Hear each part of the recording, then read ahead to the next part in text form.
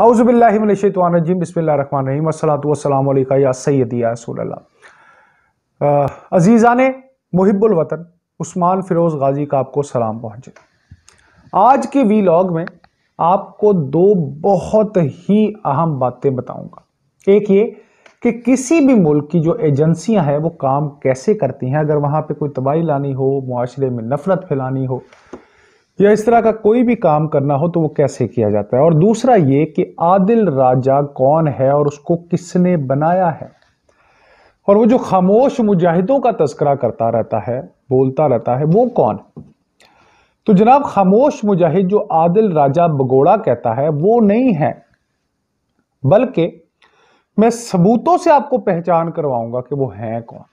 पहली बात ये कि जनाब, अब एटमी जो वॉर है यानी एटॉमिक वॉर है वो नहीं होगी, तो अब वॉर क्या होगी। एजेंसियों के हाथों इंतशार की जंग, किसी मुआशरे में नफरत को हवा देकर उस मुल्क को डिस्टेबलाइज करना, ये असल में जंग है। मैं माजी का प्लान ऑफ एक्शन और हाल का प्लान ऑफ एक्शन का एक जो है ना वो तकाबली जायजा आपके सामने रखता हूं। आप लोगों ने देखा होगा, कुछ थोड़ा सा रिजेम्बलेंस अपना क्रिएट हो गया आपके दिमाग में मेरी बातों से। फिल्मों और ड्रामों में आपने देखा होगा कि अगर किसी मुल्क को तोड़ना हो तो वहां कुछ स्लीपर सेल्स बनाए जाते हैं। वो कौन होते हैं? जिन खामोश मुजाहिदों का ये बगौड़ा जिक्र कर रहा है ना, ये वो लोग हैं। ये अब काम कैसे करते हैं? अच्छा जनाब, पहले जमानों में क्या होता था कि मान लीजिए कि किसी गांव में नफरत फैलानी है, तो उस गांव में करते क्या थी, एजेंसियां क्या करती थी कि उस गांव की जो मस्जिद है उस गांव की, उसके मेंबर पर एक ऐसा ही खामोश कुत्ता यानी ऐसे बगौड़े का मुजाहिद जो है वो मौलवी के रूप में बिठा दिया जाता था, जो हर खुतबे में एक दूसरे से नफरत का दर्स देता था। बहुत ही गैर मोहतात अंदाज में वो ऐसी बातें करता था जिससे उस जगह के बासियों में फिरका वारियत को हवा मिलती थी और आहिस्ता आहिस्ता लोग एक दूसरे से मुतनफर हो जाते थे।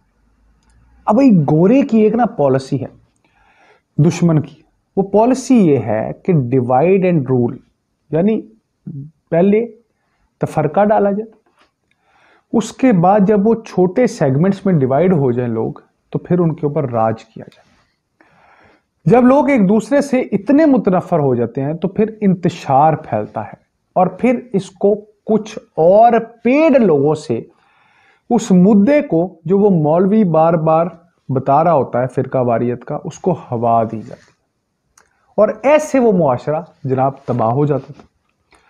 सबसे पहले वहां के मोतबर, सच्चे और रखवालों को निशाना बनाया जाता था ताकि कोई रिजेंटमेंट या मुखालफत ना हो, और काम जब हो जाता था तो वो मौलवी किसी और रूप में कहीं और जाकर बैठ जाता था रिक्वायरमेंट के हिसाब से, और ऐसे ही चलता रहता था। आज के दौर में अब आपने समझना होता क्या एजेंसियां करती क्या है कि अब जनाब मस्जिद का जो मेंबर है ना वो सोशल मीडिया बन गया है और मौलवी आदिल राजा जैसे गलीज लोग हैं।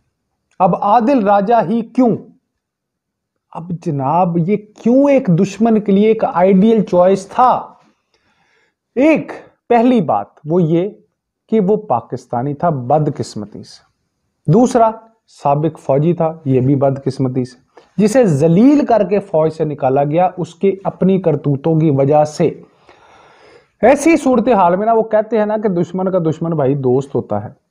तो आदिल राजा को दुश्मन मुल्क की एजेंसियों ने मुंह मांगा पैसा देकर एक तजिया कार के रूप जो है वो उसको दे दिया और सोशल मीडिया की मेंबर पर उसको बिठा दिया गया और टास्क दिया गया कि तुम्हारी गैर मुल्की शोहरत शहरियत तुम्हें मिल जाएगी, पैसा मिल जाएगा, बस तुमने फौज के आला क़यादत को बुरा भला कहकर मुल्क के बासियों में अपने ही रखवालों की मोहब्बत खत्म करनी है।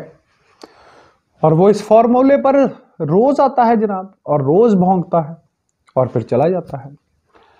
और अब इस मौलवी ने, यानी जिसे कहते हैं बहरूप पिए जो मौलवी ने, बहुत सारे अपने जैसे लोग साथ इकट्ठे कर लिए। اس نے مولوی کا روپ دھار کر یہ دیکھا کہ کس جماعت کا بیانیہ پاک فوج کے خلاف ہے۔ بدقسمتی سے عمران خان اقتدار جانے کی وجہ سے سب کو ہی اپنا دشمن سمجھ بیٹھے ہیں۔ اب ان کو کبھی اپنے ہی لانے والے برے لگتے ہیں تو کبھی موجودہ سیاسی اکابرین۔ اس نے اس بات کا فائدہ اٹھایا یعنی عادل راجہ نے، اور آج بھی اس نے نہ صرف پاک فوج کے سپہ سالار پر الیکشن ملتوی کرنے کی کوشش کرنے کا الزام لگایا ہے، بلکہ اپنے گھنونے ملک دشمن پلان میں تمام ایجنسیوں کو بھی اداروں کے خلاف سازش کرنے کا الزام لگا دیا ہے ان پر بھی۔ اب یار ذرا سوچیں کہ ملک میں دہشت گردی پھر سے شروع ہو چکی ہے، اور روز میں خود دوستو خبر دیتا ہوں کہ جوان شہید ہو رہے ہیں، اور روز پاک فوج جو ہے وہ دہشت گردوں کے ٹھکانے کو تباہ کر رہی ہے۔ ایپیکس کمیٹی میں بڑے بڑے فیصلے ہو چکے ہیں، اور اب کسی صورت جو ہے وہ دہشت گردی کے ناسور کو برداشت نہ کرنے کا عزم کا اعادہ بھی کر لیا گیا ہے ایک بار پھر۔ اور عین اس وقت ہی یہ بگوڑا اور اس کی بیرونی قوتوں کے پے رول پر چلنے والے خاموش مجاہد مل کر اداروں کو ایک دوسرے کے سامنے کھڑا کرنے اور انتشار پھیلا کر ملک کی جڑیں کمزور کرنے کی سازش کر رہے ہیں۔ جناب کتنا بڑا نقصان ہو رہا ہے اس ملک کا، اس جیسے بہروپیوں کی وجہ سے بڑا نقصان ہو رہا ہے۔ پہچانے ان بغیرتوں کو، خود سوچیں اگر فوج چاہے یا سپہ سالار چاہے تو اس جیسے کتے کچھ بھونک سکتے ہیں؟ یعنی کیا ہماری ایجنسیاں جو دنیا میں اول نمبر پر ہے ایک بگوڑے کو چپ نہیں کروا سکتے؟ یہ جناب اس کی خام خیالی ہے۔ ان کا کچھ نہ کرنا یعنی ہماری فوج کا یہ ثابت کر رہا ہے کہ وہ کسی غیر جمہوری بات کو سپورٹ نہیں کرتی، یعنی وہ بودر ہی نہیں کرتی، اگنور کر رہی ہیں اس طرح کے کریکٹرز کو کہ یار بھائی اس وقت ملک میں کیا چل رہا ہے۔ ان کی ساری جو اٹینشن اور فوکس ہے نا اس وقت وہ یہ ہے کہ ملک کی سلامتی اور دہشت گردی کا صفایا کرنا ہے، انہوں نے یہ اولین ترجیح ہے۔ یہ اپنے ویلاگ میں کہتا ہے کہ عدلیہ پر دباؤ ہے، اور دباؤ بھی فوج کی جانب سے۔ کمال ہے یار بھائی، کمال بات ہے۔ اب بھائی فوج کو کیا فرق پڑے گا کہ الیکشن اب ہوں یا اکتوبر میں ہوں؟ اگر صدر ایک غیر آئینی بات کرے تو کیا اس کو درست مان لیا جائے، صرف اس لیے مان لیا جائے اور تاثر دیا جائے کہ اس کے لیے پیچھے فوج ہے؟ یعنی بھائی اپنی کوئی بھی بات اگر غلط ہے تو اس کو سچا ثابت کرنے کے لیے سارا ملبہ فوج پہ ڈال دو۔ اس وقت ملک کو بہت خطرات کا سامنا ہے۔ ایک طرف انڈیا ہے، دوسری طرف امریکہ ہے، معاشی حالات ابتر ہیں تو افغانستان سے در اندازی کا مسئلہ ہے، اور دہشت گردی کا معاملہ بھی ویسا ہی۔ فوج یا سیاسی قیادت کی اس وقت صورتحال ڈو اور ڈائی کی ہے۔ اب اس صورتحال میں مجھے امید ہے کہ میرے ساتھ ساتھ تمام محب الوطن عوام کی جو دعا ہے وہ یہی ہے کہ اللہ تعالیٰ ہمارے ملک کو حفاظت سے اپنی امان میں رکھے اور کامیاب کرے اس 5th جنریشن وار میں، جس میں دشمن گدوں کی طرح اس ملک کو نوچ کھانے کی کوشش کر رہا ہے۔